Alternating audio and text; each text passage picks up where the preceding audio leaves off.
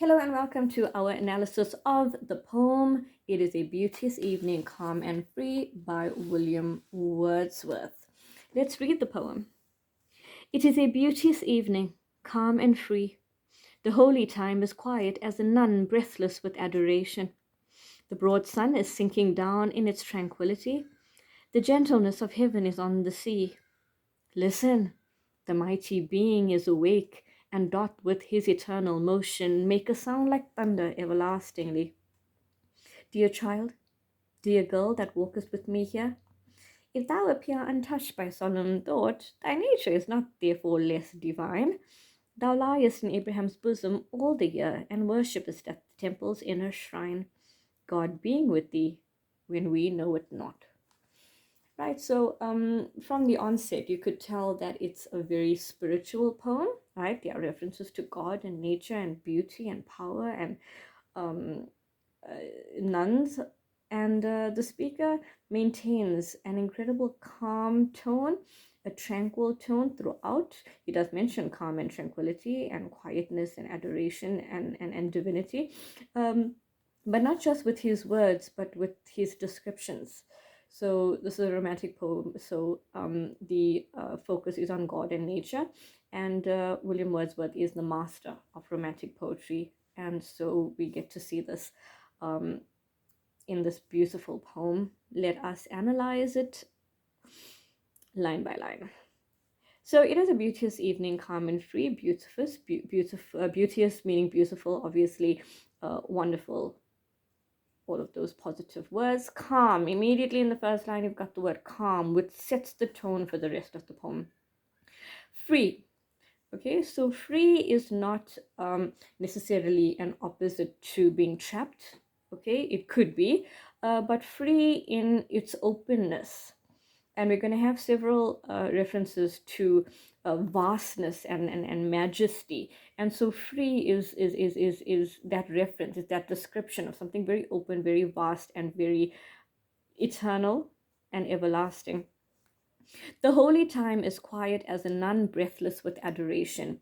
So you've got the reference here to a nun, a woman who commits herself to the church and spends her days and nights adoring, praying to God, right? And so you have a simile, right? The holy time is quiet as a nun who is breathless with adoration. She will pray to God and chant and recite her prayers until she is breathless because of her dedication, devotion, and love for God. The broad sun is sinking down in its tranquility. Again, you've got calm there and you've got tranquil here. The broad sun, emphasizing the vastness and the size, the immensity of the sun, sinking down in its tranquility. So the sun is setting into a peaceful atmosphere, right? The gentleness of heaven is on the sea. So on the horizon, where the sky meets the ocean, there's a gentleness at the meeting. It's almost as though the sky is resting gently on the ocean. Listen, right? You have a command and it's with an exclamation mark. Listen, the speaker is telling us to listen. What are we listening to? The mighty being is awake. The ocean, right? This big, large, strong entity that is vast and endless and deep, right? It is awake. We know it's awake because of the waves, the eternal motion, backward and forward, right? Being, it's in capital letter, giving this ocean this quality of being divine, right? You would usually write the word God in capital letters. And so the sea is being referred to as this mighty being that is always awake and always moving with the waves, of course. A sound like thunder. So you've got here a simile. The sound of the ocean, the sound of the waves resembles thunder. And everlasting, same as eternal, right? There is no stopping it. There is no tiring it. There is no controlling it. It follows its own natural course. Right, so all in all, up until line 8, we have got an incredibly calm, tranquil scene that is set for us.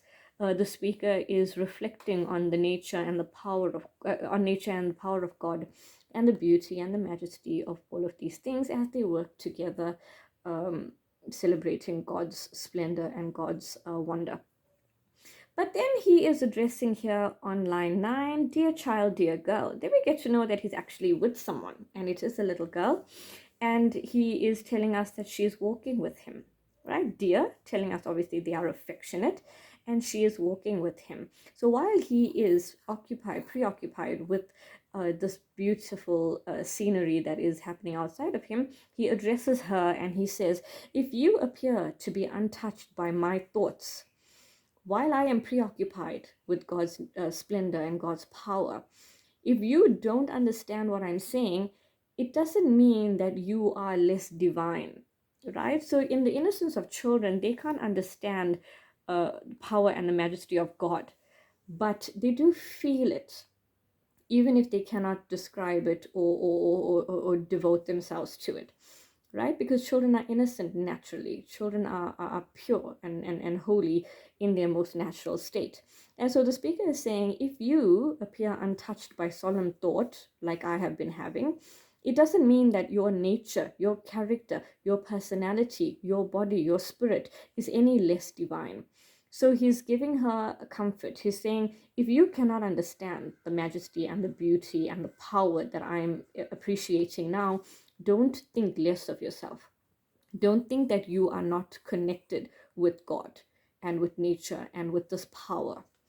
You lie in Abraham's bosom all the year, right? So here you have a reference to children before they are born and how they, in Christian belief, there is that realm where children reside, and this child has that same innocent connection because they are unknown to sin and to impurities. And so he's saying that you are part of this. You don't have to acknowledge it or appreciate it because you are part of it. And you worship at the temple's inner shrine. You, as an innocent child, as a pure and holy being, you can go even to a place I cannot, right? You exist in this inner shrine. You are in the heart of God's devotion because you are among those angels and those forces that spend their life and their time in God's devotion and God's love and God's celebration, right? God is with you even when you do not know it. Well, even when we do not know it.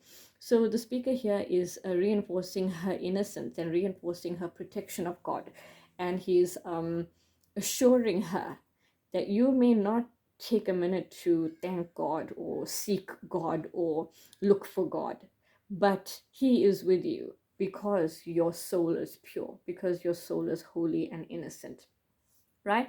And there's a contrast here between how grown-ups are constantly searching for this connection with the divine, and how children in their innocence don't understand it, but they are closer to it than even we are when we try and we strive for that spiritual cleanliness and that spiritual immersion in the divine. And children are just naturally connected to it. They have a natural affinity for goodness and holiness and purity.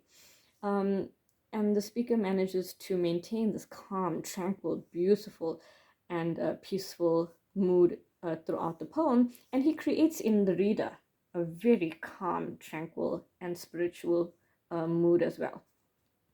Right, so that is the poem. It is a Beauteous Evening, Calm and Free by William Wordsworth. In another video, I will explore some frequently asked exam questions, and I will apply them to this poem to give you an idea about how to approach those poem questions in the exam.